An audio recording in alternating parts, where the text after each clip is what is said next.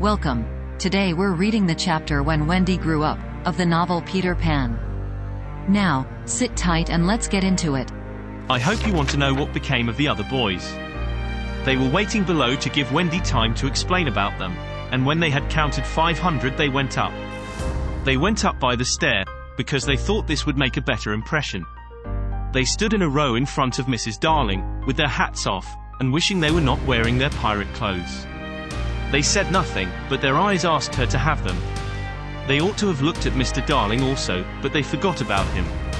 Of course Mrs. Darling said at once that she would have them, but Mr. Darling was curiously depressed, and they saw that he considered 6 a rather large number.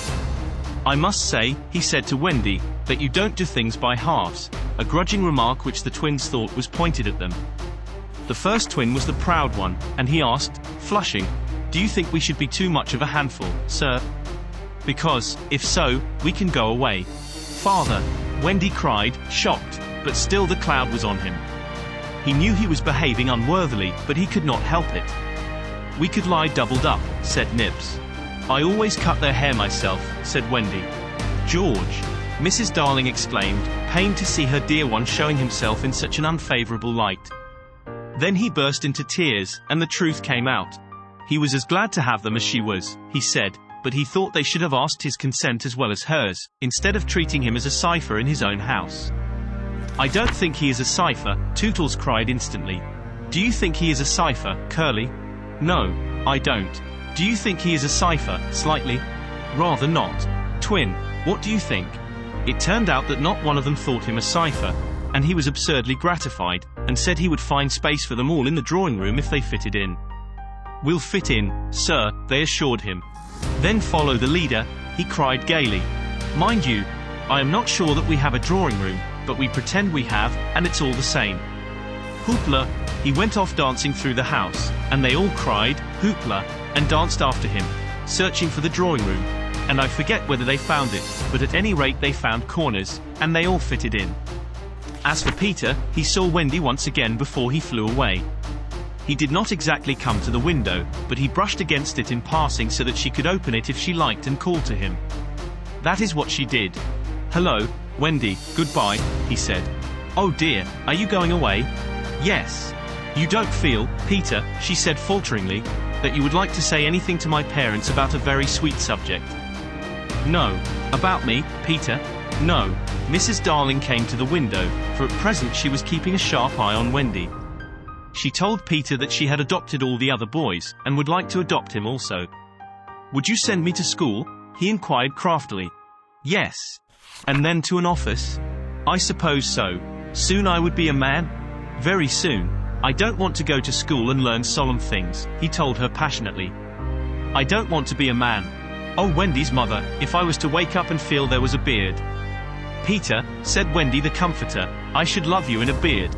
And Mrs. Darling stretched out her arms to him, but he repulsed her. "Keep back, lady, no one is going to catch me and make me a man." "But where are you going to live?" "With Tink in the house we built for Wendy. The fairies are to put it high up among the treetops where they sleep at nights." "How lovely," cried Wendy so longingly that Mrs. Darling tightened her grip. "I thought all the fairies were dead," Mrs. Darling said. "There are always a lot of young ones," explained Wendy, who was now quite an authority, "because you see when a new baby laughs for the first time a new fairy is born, and as there are always new babies there are always new fairies. They live in nests on the tops of trees, and the mauve ones are boys and the white ones are girls, and the blue ones are just little sillies who are not sure what they are." "I shall have such fun," said Peter, with eye on Wendy. "It will be rather lonely in the evening," she said, sitting by the fire. "I shall have Tink. Tink can't go a 20th part of the way round," she reminded him a little tartly. "Sneaky telltale," Tink called out from somewhere round the corner. "It doesn't matter," Peter said. "Oh Peter, you know it matters." "Well, then, come with me to the little house." "May I, Mummy?" "Certainly not. I have got you home again, and I mean to keep you." "But he does so need a mother." "So do you, my love." "Oh, all right," Peter said, as if he had asked her from politeness merely, but Mrs. Darling saw his mouth twitch, and she made this handsome offer, to let Wendy go to him for a week every year to do his spring cleaning. Wendy would have preferred a more permanent arrangement, and it seemed to her that spring would be long in coming. but this promise sent Peter away quite gay again. He had no sense of time, and was so full of adventures that all I have told you about him is only a halfpenny worth of them. I suppose it was because Wendy knew this that her last words to him were these rather plaintive ones. "You won't forget me, Peter, will you, before spring cleaning time comes?" Of course Peter promised, and then he flew away. He took Mrs. Darling's kiss with him. The kiss that had been for no one else, Peter took quite easily. Funny, but she seemed satisfied. Of course all the boys went to school, and most of them got into class 3, but Slightly was put first into class 4 and then into class 5. Class 1 is the top class. Before they had attended school a week they saw what goats they had been not to remain on the island, but it was too late now, and soon they settled down to being as ordinary as you or me or Jenkins Minor.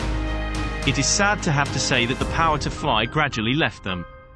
At first Nana tied their feet to the bedposts so that they should not fly away in the night, and one of the diversions by day was to pretend to fall off buses.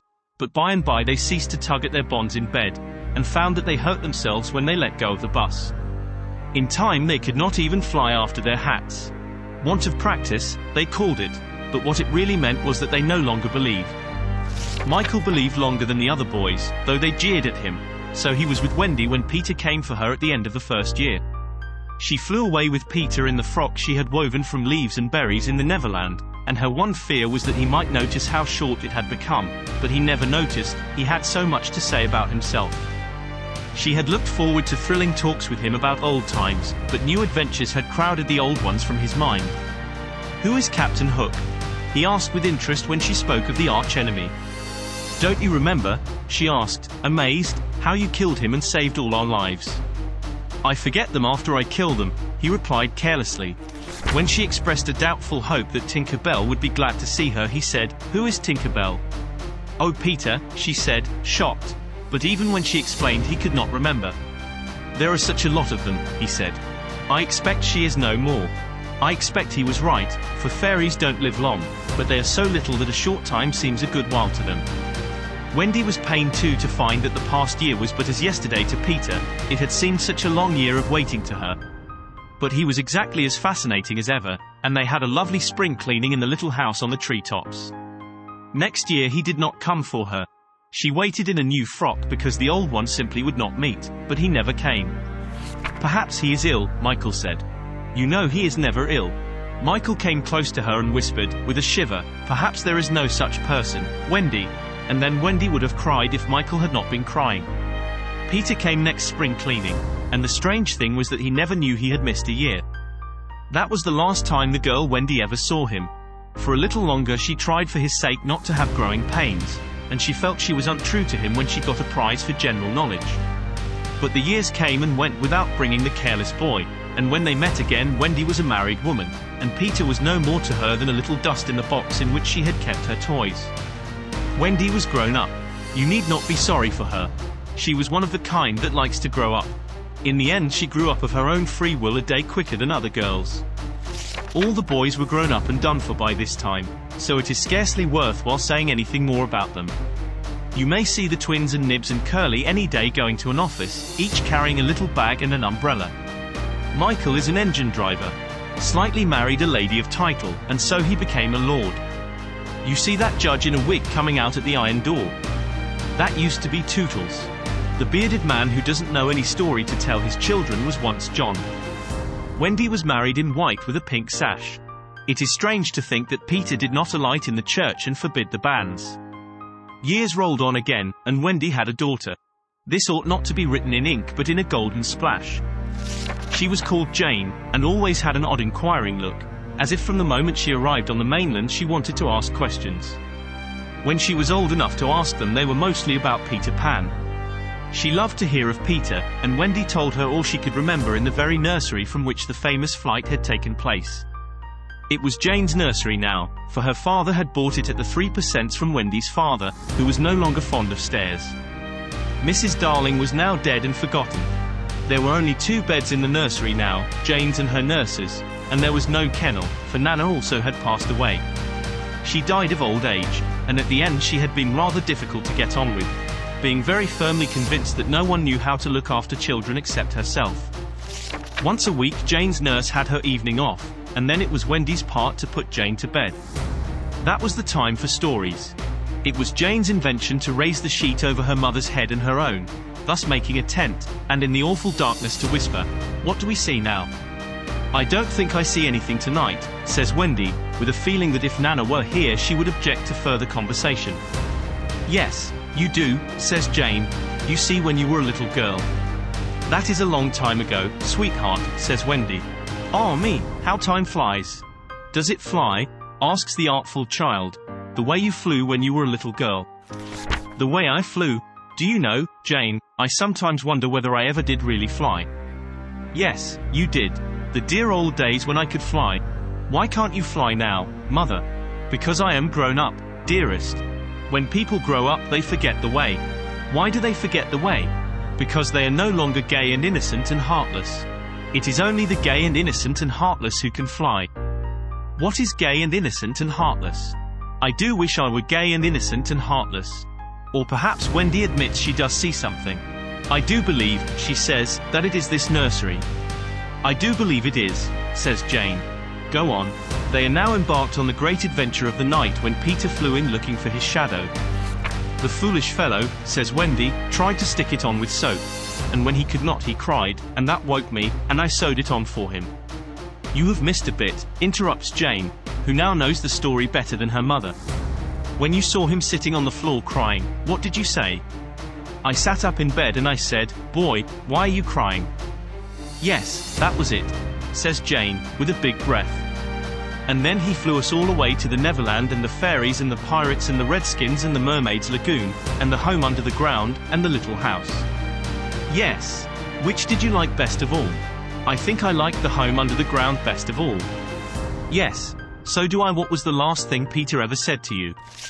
"The last thing he ever said to me was, 'Just always be waiting for me, and then some night you will hear me crowing.'" "Yes. But, alas, he forgot all about me." Wendy said it with a smile.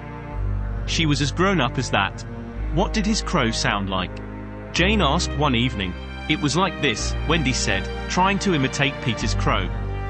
"No, it wasn't," Jane said gravely. "It was like this," and she did it ever so much better than her mother. Wendy was a little startled. "My darling, how can you know?" "I often hear it when I am sleeping," Jane said. "Ah yes, many girls hear it when they are sleeping, but I was the only one who heard it awake." "Lucky you," said Jane. And then one night came the tragedy. It was the spring of the year, and the story had been told for the night, and Jane was now asleep in her bed. Wendy was sitting on the floor, very close to the fire, so as to see to darn, for there was no other light in the nursery, and while she sat darning she heard a crow. Then the window blew open as of old, and Peter dropped in on the floor. He was exactly the same as ever, and Wendy saw at once that he still had all his first teeth. He was a little boy, and she was grown up. She huddled by the fire, not daring to move, helpless and guilty, a big woman.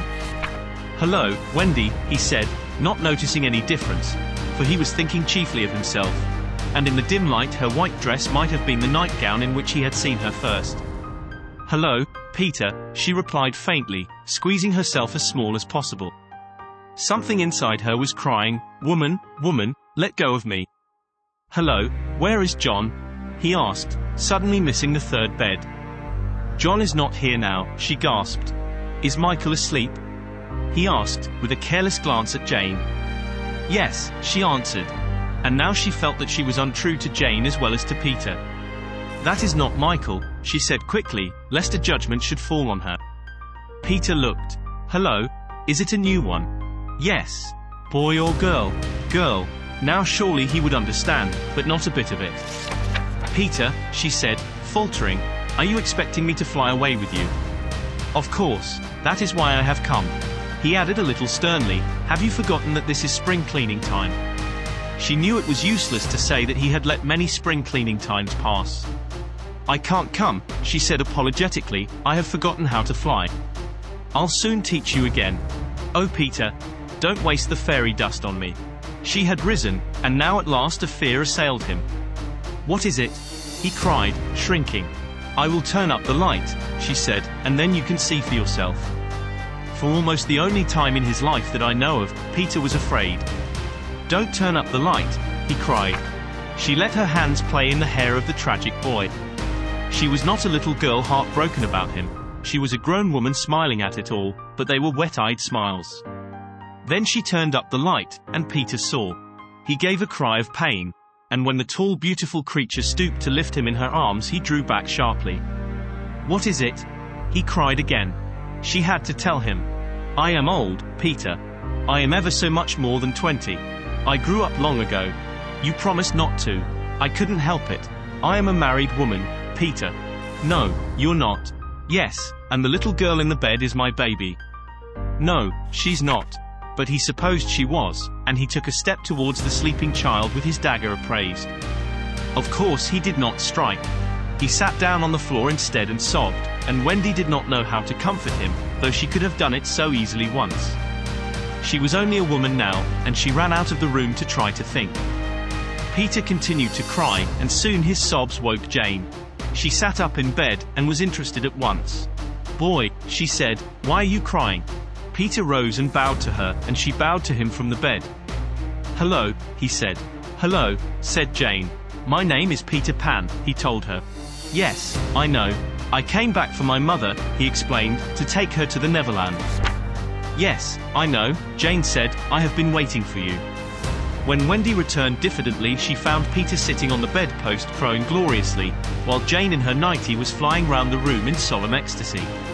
"She is my mother," Peter explained, and Jane descended and stood by his side, with the look in her face that he liked to see on ladies when they gazed at him. "He does so need a mother," Jane said.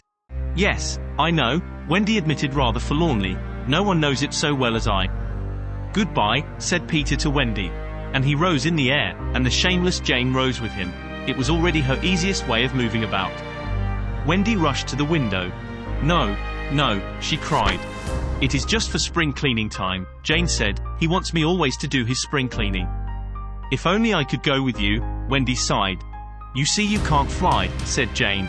Of course, in the end, Wendy let them fly away together. Our last glimpse of her shows her at the window, watching them receding into the sky until they were as small as stars.